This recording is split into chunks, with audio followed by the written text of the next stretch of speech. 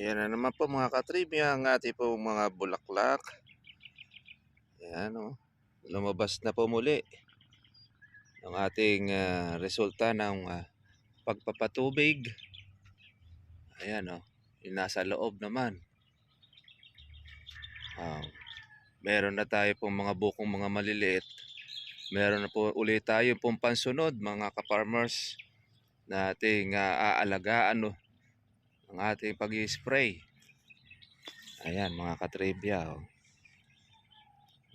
Kaya hindi po tayo mahihinto ng ating pong pag-i-spray. Another batches na naman po ito mga ka-farmers.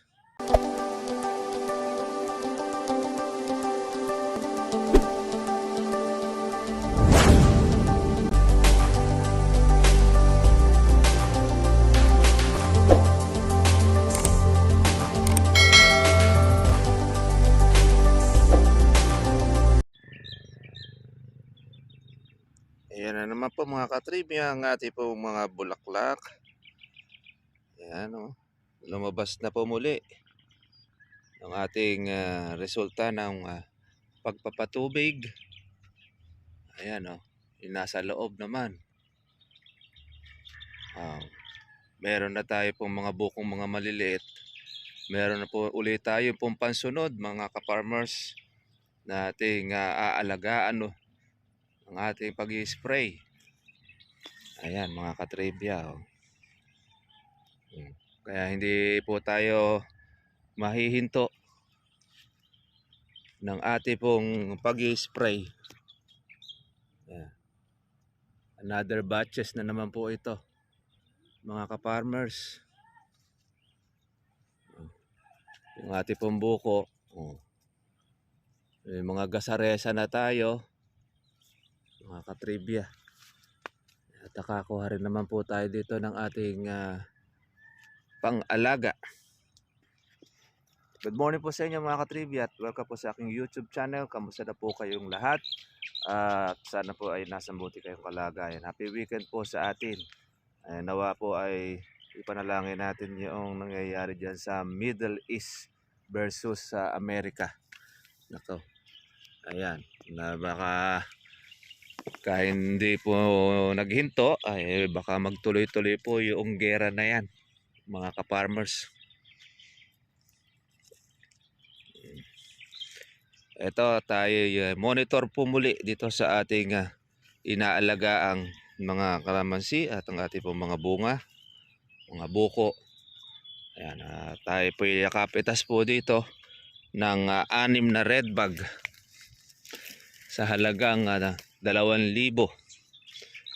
ang isang red bag. Kaya meron na tayo ulit po mga farmers na pang-alaga, pang suporta dito ulit sa mga lumabas po ng mga bulaklak. Although na hindi naman po siya sindami ng una dahil meron na nga rin po siyang mga buko. Pagka ito po ay magtutuloy, marami din. Sat lang siya po ay mabubuo. Ang ating kalamansi ay hindi po humihinto ng bulaklak.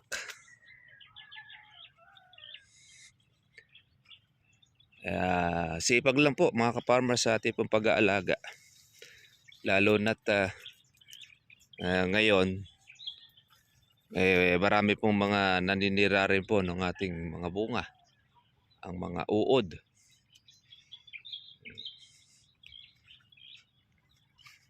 Pero yung iba ay malinis na, maganda na po pagkabilog, papalaki na lang tayo. Iba naman ay yung pong bulaklak. Ay tayo sangal po yung kalamansi.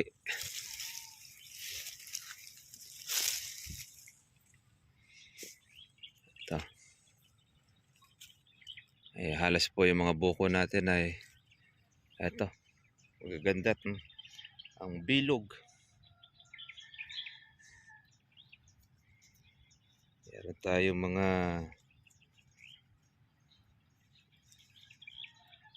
uod sa kalamansi. Spray na lang natin muli at schedule para yung ating alaga ay magtuloy-tuloy. At yun naman pong lupa natin, medyo pasapan naman, pero mga ilang araw po ay magtutubig na lang tayo. Mabilis po matuyo ngayon mga katribya po kasi summer na, kaya ang kailangan natin ay tubig, spray. Ayan yung lupa, tuyo ang ating mga lupa, lalo na doon sa isa natin pong farm, mga ka-farmers. Ayan, ayan natin yung mga uod sa ating kalamansi. Isa yan sa sumisira ng ating mga bunga. Ayan, dami po mga buko. Ayan. Iba halos mga bunga na po yung nakikita natin. Yung dahon na iba, wala. Nakikita po ninyo yung mga sira, at nakikita mo rin naman po ang buo.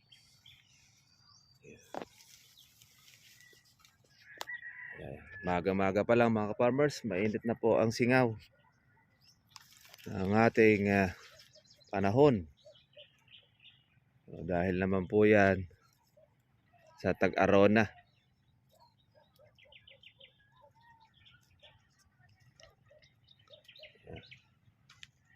Spray na tayo.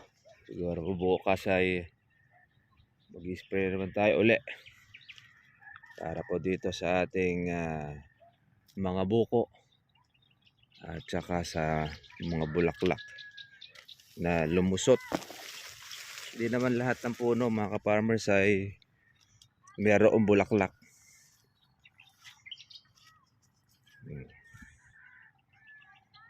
Yan, kagandahan ng chargeable natin, kahit chargeable marami pong buo, marami pong nagtuloy. Compare natin doon sa power spray na marami po bang mga nalaglagan po ng bunga na matatapang pa mga gamot na ginagamit, kaya lang mali lang po yung kanila pong pamamaraan. Tayo mild na mild lang ang ating ginagawa dahil kung ano lang po yung tamaan ng ating spray, yun po ang mga nabubuo. Chargeable, hindi naman natin ito pinaliliguan. Lumalabas po yung mga maliliit na mga bulaklak dito sa ating kalamansi. Tuloy-tuloy mga katribya. Ito yung makakasabay po natin, yung may lumabas po ang mga bulaklak na marami. Kagandahan naman ito, sunod-sunod. Meron tayo pinalalaki at meron naman tayo mga katribyang March, mga 20 ng Marso, meron tayong makukuha uli. Tapos yan, yung mga bulaklak naman natin na yan pang June na mga ka-farmers. Pang June. Kung pa natin ito ng ating pang organic o yung ating foliar, gaganda po lalo ang dahon nito. Hindi pa natin mga ka-farmers po nagagamit sa ating pong kaibigan sa Candaba.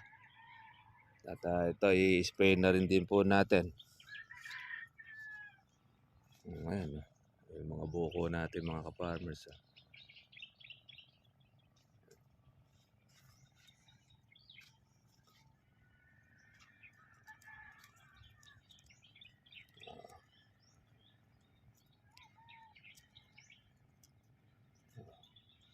Yun, ito yung sumisira sa kalamansi. Ayan, oh. Itong uod na ito.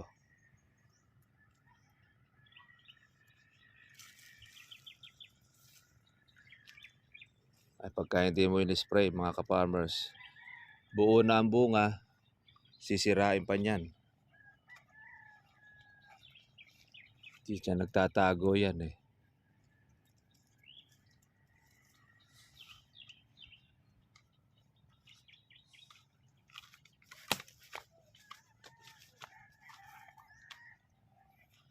Kaya nanay ay maganda rin po ang mga buko, ang mga bunga. Ayan, may ibang mga may sira. Pero marami naman tayo mga buo. Maglalagas na po ito mga ka-farmers. Kahit siya mga buo dahil hindi naman lahat po yan ay itutuloy po ng ating kalamansi. Ganyan po ang istorya. Para po alam po ng marami na talagang ang kalamansi natin kahit namuti sa bulaklak, hindi po lahat yan ay itutuloy. Meron po dyan talaga na masisira na ilalaglag po ng puno kung ilalagas. Yan. Una, ito yung mga ganito masisira ito. Tapos sa sobrang dami, magbabawas sila. Ayan. Kaya karaniwan dyan, nag-spray tayo ng ating pampolyar para po doon sa pampakapit ng bunga.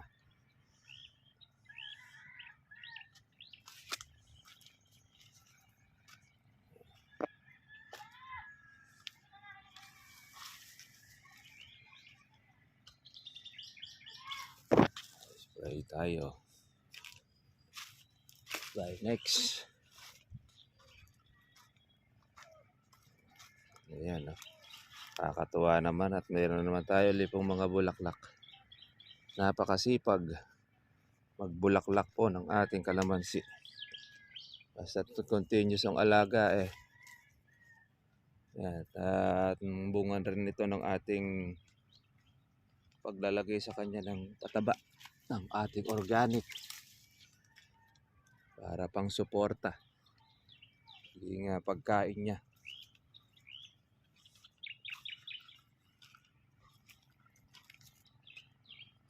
Ito yung ating kapitbahay, nasira po yung mga buko niya. Ito, yan.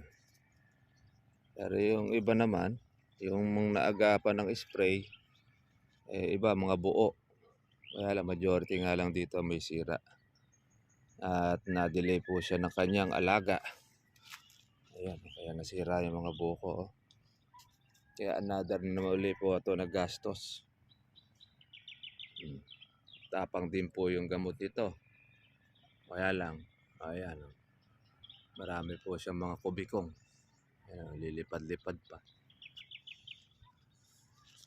Ang ating kapitbahay. Sa atin naman, buo ang bunga. Meron man tayo may sira.